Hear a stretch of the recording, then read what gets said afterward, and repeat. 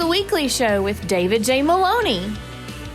This week, David chats with legendary composer Charles Fox. And now, here's your host, David J. Maloney. Welcome, everyone, to the weekly show. I'm your host, David J. Maloney. On tonight's show, we've got a really special guest. In light of his countless achievements in film, television, and recording, he recently received the 2,777th star on the Hollywood Walk of Fame. His career saw him work on some of the most popular theme songs and soundtracks of his era, from Happy Days to Wild World of Sports to Love American Style, and to Oscar nominations for his compositions on The Other Side of the Mountain and Foul Play. Here, after the break, to chat about his incredible life and career is none other than composer Charles Fox. So don't go anywhere. We'll be right back.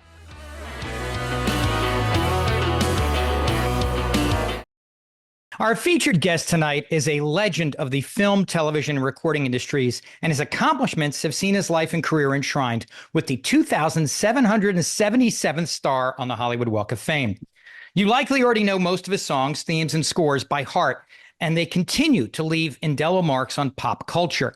Here to chat about his incredible life, career, and brand new documentary, Killing Me Softly with His Songs, is none other than composer Charles Fox. Charles, welcome to the show. Thank you. Nice to be here with you, David. So you've had one of the more storied careers I could ever imagine, but I honestly think some of the equally interesting parts of your story is how it all began. So I'd kind of like to start at the beginning, if I may. If I understand the story correctly, your father was a Jewish immigrant to the Bronx from Poland, right? And what was his story as he recounted it to you? How did he first arrive in America? Oh my, he has quite an interesting story. I would say, first of all, I would also say my mother was born in Israel, and they met in the Bronx. My mother came here as a young girl with her mother and three siblings. My father came, well, actually, he was in the Polish army fighting the Russians. He didn't know that it was World War I. He only knew that it was fighting the Russians. He was taken prisoner, escaped, and made his way back to his little town, little shtetl, as they called it. And when they came to bring him back into the army, his mother said, run.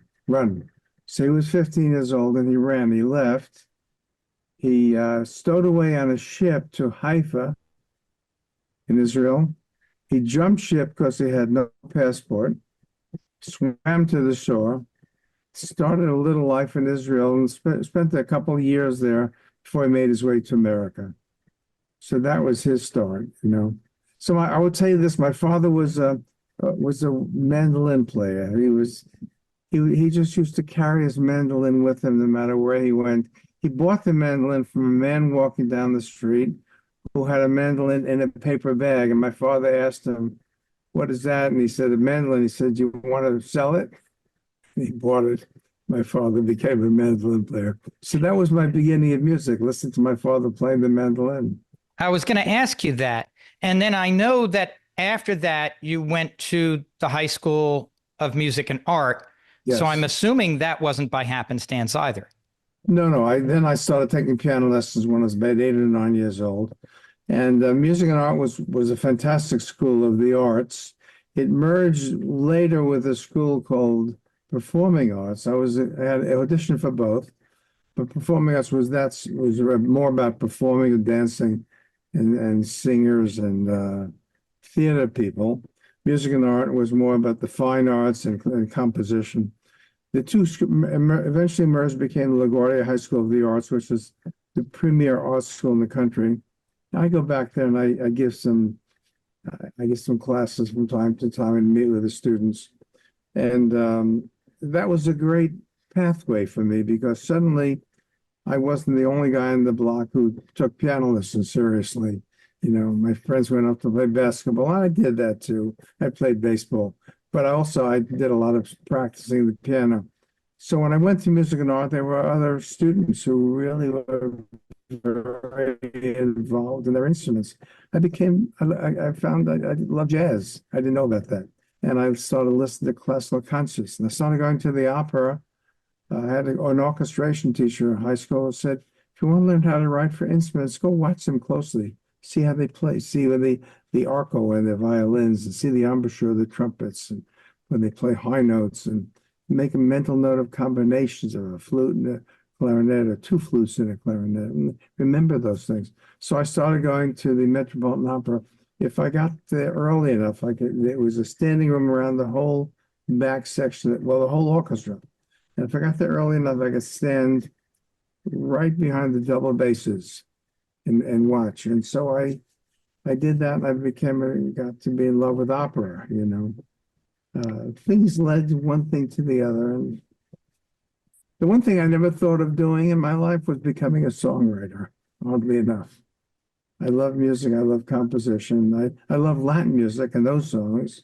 I love jazz, but pop songs on the radio had no interest to me for a long while, until I worked with Bob Crew, and we were doing a movie together. Barbarella was my second film. And Bob said that Bob was a great songwriter. He wrote the songs for the Jersey Boys, for the Four Seasons, were turned into the show, the Jersey Boys. He wrote the lyrics anyway. And when he got the job to do Barbarella, he was a songwriter, and he asked me to do the score. So it was a great opportunity for me. And he said, we need about 5 or 6 songs in the film. You and I write the songs. So just like that, I became a songwriter. Never even occurred to me before. I believe it was in your high school years where you were first introduced to Latin music, which I mean, correct me if I'm wrong, it seems like it would go on to be kind of ever present in your life.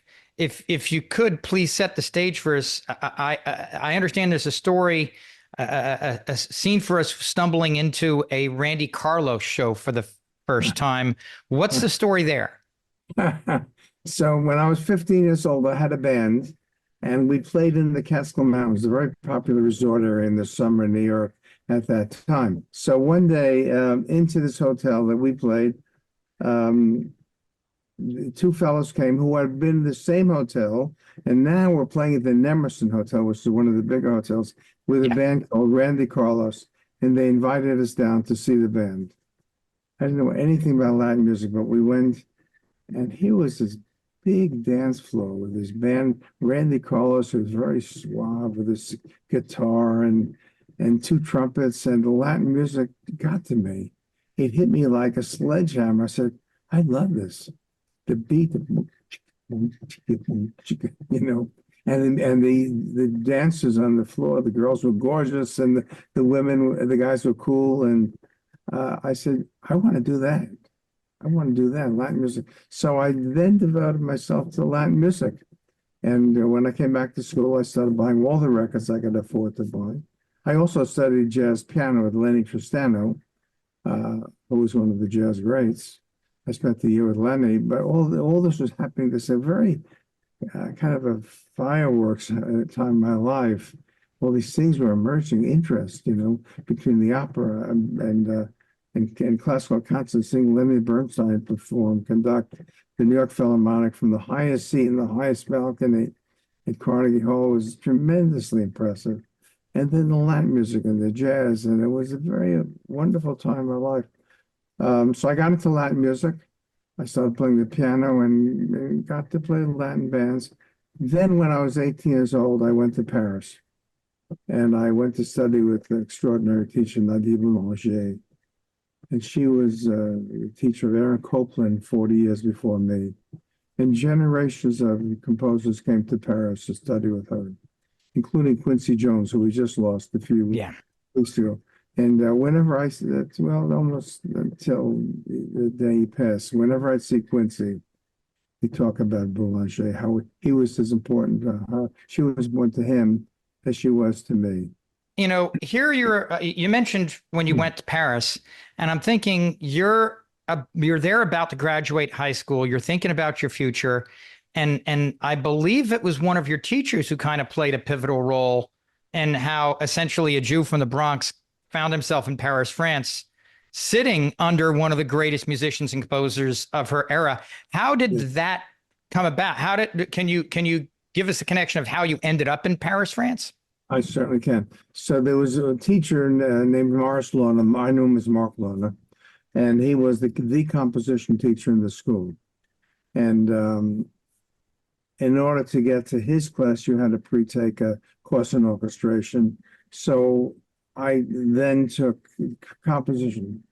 And to me, it was an incredible experience learning what goes into music. I mean, I'd play the piano, I'd hear it, I enjoy the music. I didn't know what went into it.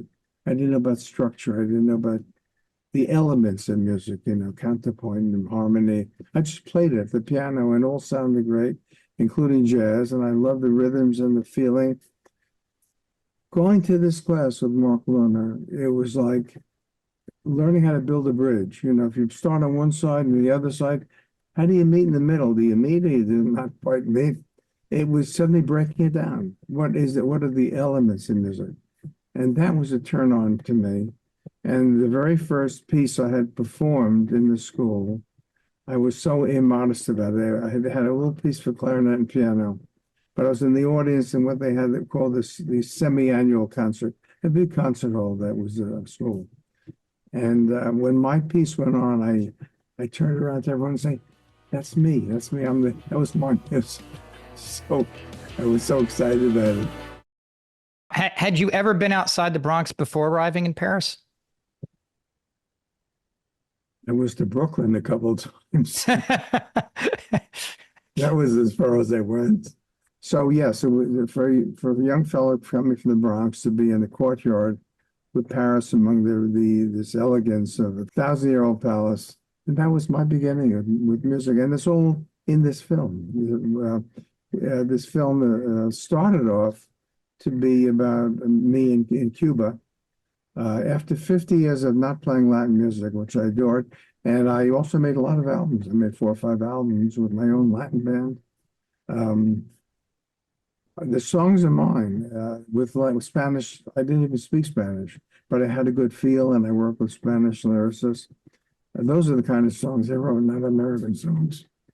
And we went to Cuba to record, actually do concerts.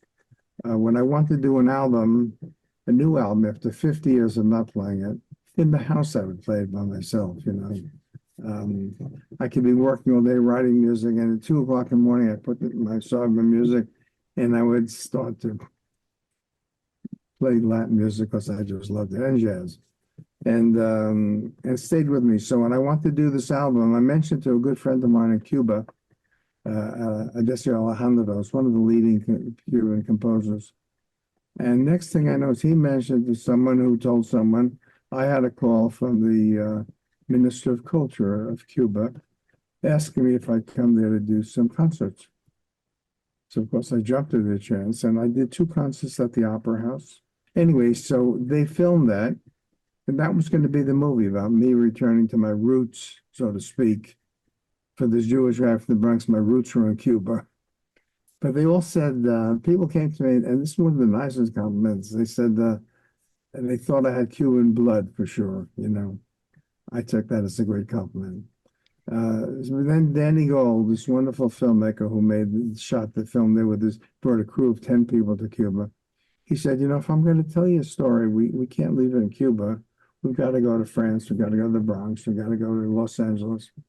So he brought a crew all over, and we visited the Fontainebleau Palace, and we even got to be in my teacher's apartment, which hadn't been in 50 years. And that was a very emotional experience for me, imagining where everything was. And my life in music really began in that room with Nadia Boulanger. That was where my future began. As I said in the film, it was in this room I realized that I would spend my life writing music. And so it was an emotional journey. And I think Danny made a beautiful film of my life too. So you arrived to school, you're heading into your first lesson. What do you remember, if anything, about your first lesson with her, and how quickly, sitting under her tutelage, did you realize that her lessons were possibly unlocking something inside you that you didn't even know you had. Immediately, from the very first lesson I met her, she had a look about her. She was 72 when I was 18. She lived till she was 93. She was blind at the end and still taught, totally blind. And she sat at the piano and listened. She was an extraordinary musician. She studied with Fauré, first of all. Stravinsky was her best friend, and Ravel was a classmate. So, I mean, she came from this background that I was rubbing shoulders with the greats in music, you know. And she had a way of expressing herself. Her English was, she spoke a lot of languages, but English is kind of broken. She'd have her own way of saying it, but very expressive. And if I played something for her the very first day, and I know it had two clarinet, a double clarinet part, and she played it back for me, and she said, "You make there a beautiful melody," just that way. And I said, it just grabbed me. It was her perception of music that I felt could rub off on me, and it did. It did. You know, she all of her students, she didn't try to mold us into something that she thought. She developed each of us as was in our hearts and our minds. And so then I became totally involved with the architecture and technique of music, of composing Beethoven and Mozart and Stravinsky and everyone. But somehow it seeped itself into my own way of expressing music. I was not into serial music, which a lot of people were in the 60s, 12-tone music. I just kind of got into a little bit and decided I liked the language of it. I didn't like the way of approaching it. I like the sounds of the dissonance. I love the crashing of notes together and the counterpoint of lines, and I loved all that. I just didn't like having any kind of serial designs, which became very prevalent. A lot of people had systems. I write like this, a system for rhythms, for orchestration. I liked the sounds of it and came to it my own way, so that those melodies meant something to me. She was a fantastic influence on my life from day one. From the first lesson, I knew that this was going to be an important part of my life. And she had a way of expressing that was beautiful. You just saw the joy in music from her. She was a very religious person. And you got that sense of it. And she would sing a line, and she wasn't a great singer, but you saw the beauty in it, you know. And I was so fortunate. I really was. Now, I've taught. I taught at UCLA for 5 years. I had a graduate course in composition. And I would pass on things that I would say that this is what Nadia Boulanger, I pass it on to you, you know. My first piece I wrote under her tutelage was a piece. We had 7 flutes, a string quartet, and a trumpet and a clarinet in the school. That was a small school. And that's all the instruments we had, maybe the few other string players. And she asked me to write a piece for them. I mean, you couldn't find a more awkward combination, 7 flutes, a string quartet, and a trumpet. So finally I wrote the piece, took a week or two, and then there was going to be the performance. And I was excited when rehearsal came up, and I said, "Who's going to conduct?" She says, "Well, you have to." I said, "But Mademoiselle, I don't know how to conduct." She says, "You must. A composer must learn to conduct the music. You must conduct the music." And now I see a lot of young composers, they don't conduct, but in my class I said, "You must. You must, because if you can conduct an orchestra, you control it.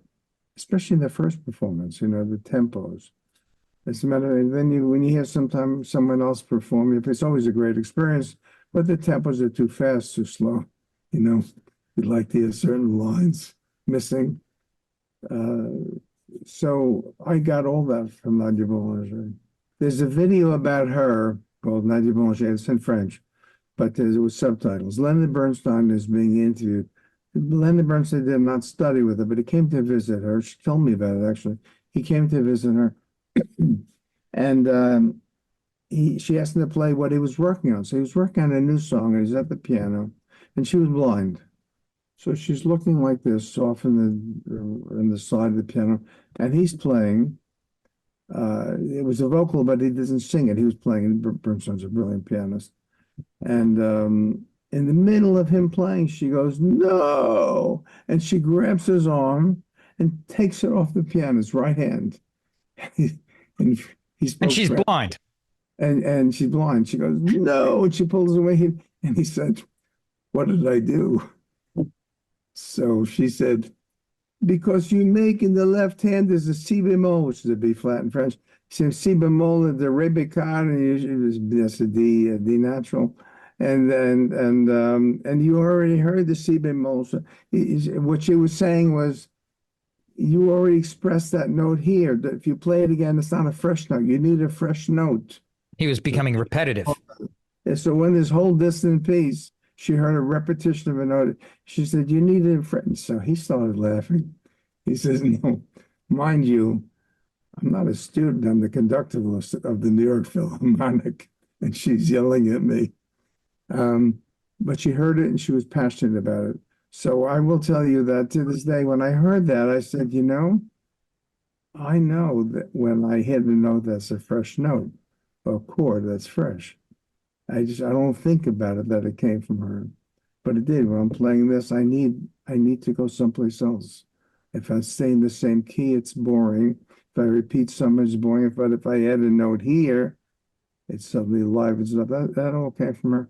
Another time, I was conducting a piece, and in the middle of conducting, and I'm a brand new conductor. I used to stand in front of a mirror to practice to see if an orchestra would follow me.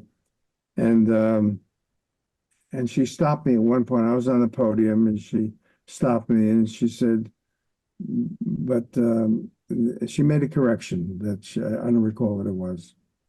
But she said, "You should do this instead of that." And for the first time, I had a disagreement in my mind and my heart with what she said. And I didn't know quite what to do.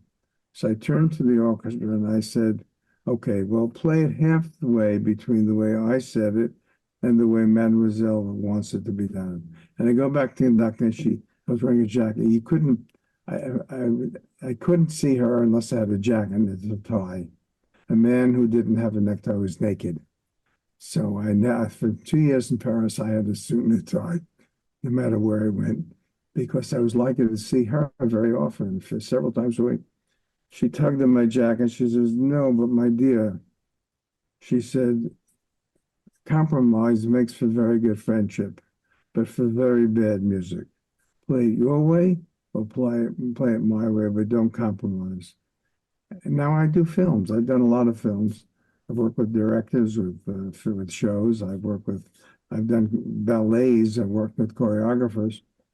And there's always sometimes a different opinion. We're collaborators after all. It's if director makes the film, it's his film. I'm doing the music, but it's his film. But it feels like my film from my point of view. So there's always discussions, and sometimes you have to do something that requires a different point of view. That's not a compromise. Compromise is a compromise of integrity. Sometimes you have to do it this way, that way. As long as you never compromise your integrity of what you believe in your heart and hearts is good music. Well, the other thing about compromise is it strikes me as meeting somewhere in the middle. And if you're meeting somewhere in the middle, you're playing it safe, and you're not taking the risk of either doing it the one way or the other way. And I would think that the biggest gains are where you take that risk. No? Now, risk is an interesting word, because I think unless you're ready to risk things and take risks, you're not really up to the challenge. I never feel secure completely when I stand on the podium to conduct the work for the first time, because I've taken chances. Will this work? Will that work? That combination, is it too fast? Is it too difficult? Will these sound? Anyway, when you have the magic of fantastic players, it comes together in a way you find out very quickly what works and what doesn't. But I love the word risk. I'm filled with taking risks. I think every artist should be.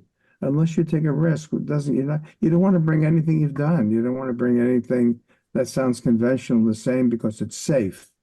Safe is a bad word in music. Risk is a wonderful word in music. So I kind of live like that without thinking about that, without saying it to myself. But I think it lives deep down in me. If I'm playing it safe, it's boring. But it means I'm rewriting my past. I'm rewriting someone else. I don't know. But the risk is, will this work? I don't know. It's kind of difficult, and go for it. Go for it. I tell that to students too. That's our show for tonight. Thank you so much for watching, and a special thanks to composer Charles Fox for joining us. Charles is going to be back again with us next week for the next part of our interview, so please tune back in. Stay safe, everyone.